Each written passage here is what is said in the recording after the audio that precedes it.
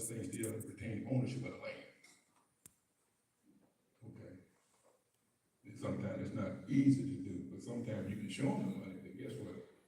You know, we still own land, we still get money from the land. I had a situation like that in my family. My grandmother's from Camden, Arkansas.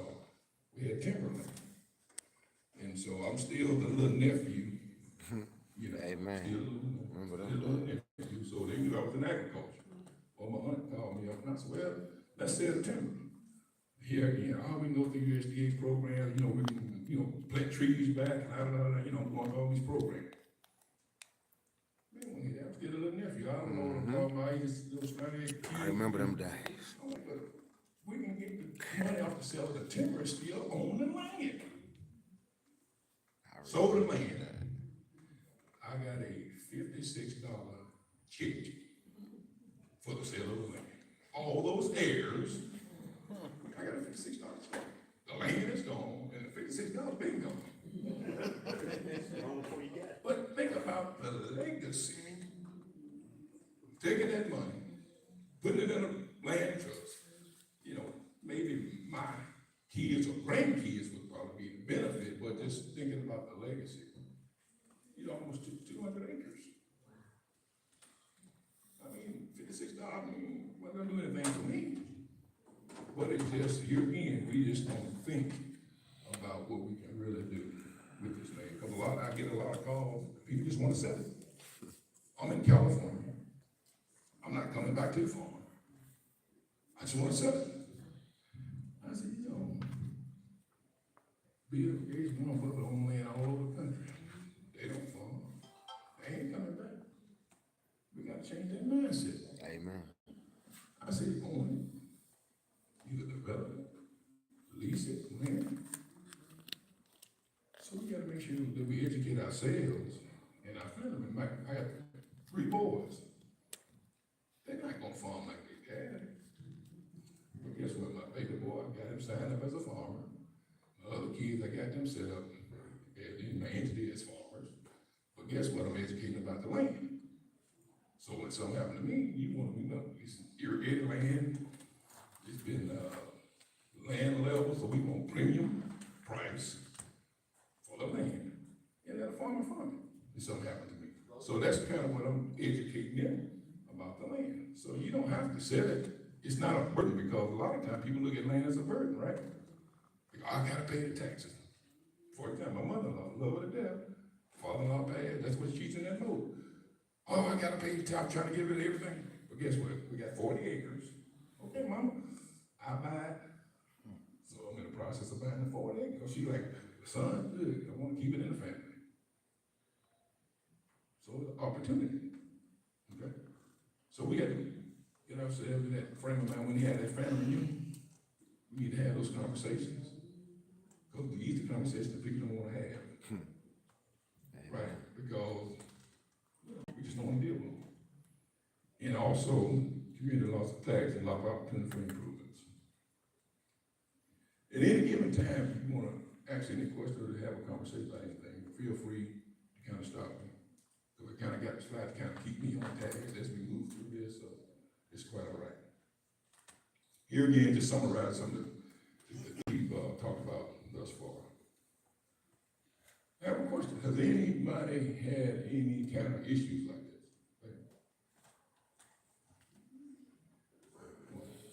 Yeah, I done had it myself. I mean, it's real. I done had it. It's That's real. what got me in real estate. And it's a problem. And I don't know why we don't want to have these conversations. I just don't. Here again, we're going to talk about the legal and cultural consideration. Here's the thing. To prevent problems associated with heirs property, all you need is a will. Yes or no? No. That's right. All right, kind of yes or no, right? A properly executed will written according to the state law that divides land into a specific acres or parcel can secure title to the land for one generation to the next. No alternative made without a specific acre. No, a properly executed will is not the only way that property can be transferred from one generation to the next. So it kind of depends on how it's written up, right? Because you can write a will Then if when you're deaf, guess what? You still be as property if you're not careful. That's why I say it's important to sure you have a good attorney. Okay? Very transferring the land as a legal strategic include lack of knowledge about wills, expense of hiring an attorney, and the mistrust of the legal system that is often helped take away the land. Now here I'm gonna talk a little bit about the expense. I think I was telling Danielle and somebody here, might have been Harold, with this project, with Alcorn State University, I want to be creative. Okay, what's the limiting factor most people are doing a will? What would you think it would be? 5%. Cost, who said cost? Cost. Okay, so guess what? I want to be creative. So I was like, okay, we got this training, we talking about all this information. It's good, right? It's just a conversation. So we still need to be able to get a will done, right? So with me driving over to Arkansas, it's 3 hours, it's 4 hour ride. So I had this bright idea. I said, okay, let's do this heirs property clinic. So I had an attorney that was a part of the meeting. I said, okay, what would it cost to do a will? They said anywhere from $300 to $500. I said, $300 will. I got this money. So I decided, okay, let me just give out $500 gift cards to provide, let me be careful, technical assistance, right? Not legal service, but technical assistance to help my producers. I had to write my letter of justification. I mean, I'm like, man, that's gonna be hard to do at Tennessee State. You ain't gonna be able to get this done. Well, don't worry about that. Got it approved. I got my $50,000 worth of gift cards. I submitted the invoice. They said, oh, fine, no, we're not gonna pay for this. I'm like, what? Oh, you paying legal service? No, I'm not. To make a long story short, I couldn't do it. So I had to send the $50,000. I was like, well, wait a minute. If we talk about helping people with this issue, and money is one of those factors, why not? Right? Man, I thought I was gonna be put on a map. I really did. But anyway, I'm still working on that. I just gotta find another means to get it done. I got you. But in my simple mind, I'm like, man, that's the big deal. You know, I can get somebody $500 to sit down with an attorney to kind of work through some of these issues that we're talking about, because we can sit here all day long, and when we leave here, you know, put any of this stuff in action, what do we have? Nothing. So my thing is, and I know this, and we all know this, so I'm like, okay, let me give them $500 to get the ball rolling. And we was gonna have clinics in Memphis, Jackson, and Nashville. And we did these trainings, we did a lottery pickup, randomly did 100 people. And that's what we was gonna do. But I'm gonna still make that happen. I'm still trying to figure that out. So meaning, USDA, small B, SBA, and all these folks. So we able to do something. I see y'all out there. Stay positive. That would be awesome. Here again, some cultural consideration. Land is not a commodity to be sold. Taboo, death talk. Man, that's right there. Boy, we don't want to talk about that, do we? Because we relate this to what death. You talking about it, you know, it's gonna be executed until you die, right? But I gotta tell my mother. I said, mother, if you do your obituary now, guess what? I don't have to sit up here and think about all this stuff you was involved with. Right?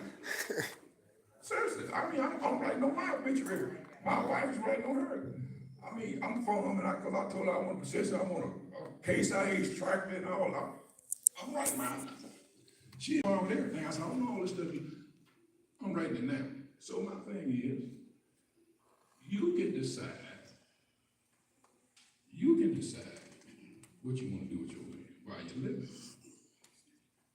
Whether you want to give it to Tennessee State, you want to give it to your church, whatever you want to do to it, you can decide that.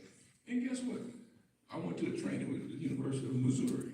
The guy was talking about, and sometimes, you know, we as children think that we are entitled. But guess what the guy said in that training? He said, well, this is my land, not theirs. So guess what? You still can do whatever you want to do with it. So let's write the narrative for what we want to do with our land, property, or state, whatever the case may be. We can be in control of it and not let the state, the kids, determine that. Here's this continuation of that. Here's some, just some considered municipal value land. I'm not gonna read through that. Well, I just want to talk about some young people who they will not see necessarily on the land. Here again, I think about my kids. Well, how many you think about youngsters in general? Just think about youngsters in general. Right? I mean, I think about with my New Farm Academy, and I just think about my dad and growing up, how when people used to live on farm and on the land, what did they do when they graduated high school? My phone be tripping. They left, right? I mean, they got on the first thing smoking. I've had enough. I don't want to do this hard work, right? They left. Went to school, went to the military, went, up north. But guess what I'm seeing now? I got more people coming to my New Farm Academy. They're retired. I got nurses saying I want to learn how to grow my food. This thing, food is medicine, that's been the buzz. I had 3 nurses, and that's kind of going to be my pitch for 2026. People are trying to get back to the land. People want to know how to grow their food. But guess what? If we're selling it, how many Tennessee is losing 8% of the land to development? We're losing 8% of our land to development. You look at the growing population, you're talking about feeding the world. I know my USDA folks know exactly what I'm talking about. It's real. And you're talking about growing stuff in the lab, rooftop. I ain't talking about feeding these few people that's coming to the farmer's market now. Because everybody think that this 1 acre farm, and I got to get from small farmer, this is my bread and butter. But we're talking about feeding the masses, right? We can't do it. We got to have it. So when I tell people all the time, I say, we all are farmers, whether you small, medium, or large. We all have a place. We just need to find our niche and make it work for us. I'm a commodities guy, but I get jealous with my alternative crop guy, because y'all making more money than I am. I'm just handling money. That's all I do. But your bottom line look like, you talking, I called a day rice trading at $4.50, and I'm putting $700 an acre in it. Y'all do the math. This airplane, I just paid a $25,000 airplane bill, and I'm praying every night that I get favor. And that's real. So don't discount what you're doing now. Because pay attention to the shift. Pay attention to the shift. Well, alternative crops. Now, our property law is used in appropriate black land. And I want to show that there. Talking about fractional ownership, keep challenging time. Here, we've talked about this already, about the size of the as a fraction. You all have the same rights to the land. Here just kind of give you can kind of see the breakdown right here. Just look at the generation.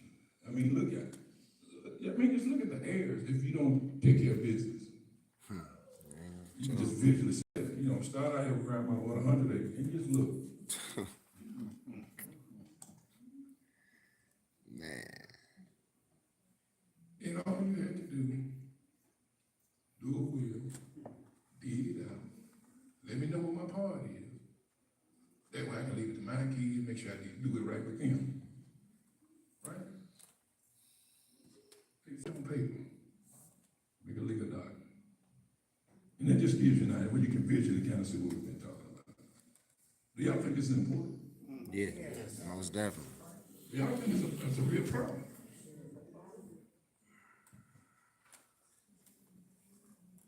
Griffin? Yes, sir.